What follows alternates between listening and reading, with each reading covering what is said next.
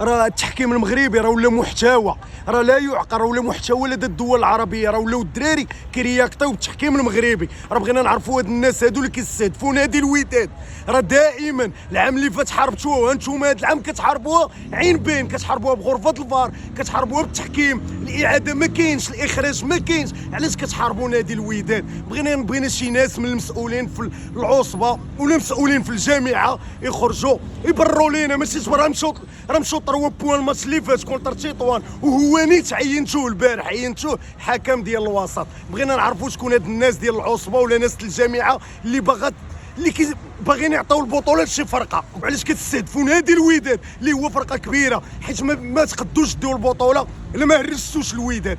ضروري بغيت يهرسوا الوداد، والوداد راه عندها جمهور وعندها امه ديالها، الامه راه ما غيسكتوش على هادشي وما غنتنازلوش على هادشي. راه ماشي من لعابه وماشي من مكوينه، كاينين ناس يريدون محاربه الوداد وناس باغيين يستهدفوا الوداد مباشره، استهدفوا الرئيس ديالها. هما حاليا كيحاربوا نادي الوداد اللي اعرق نادي في المغرب.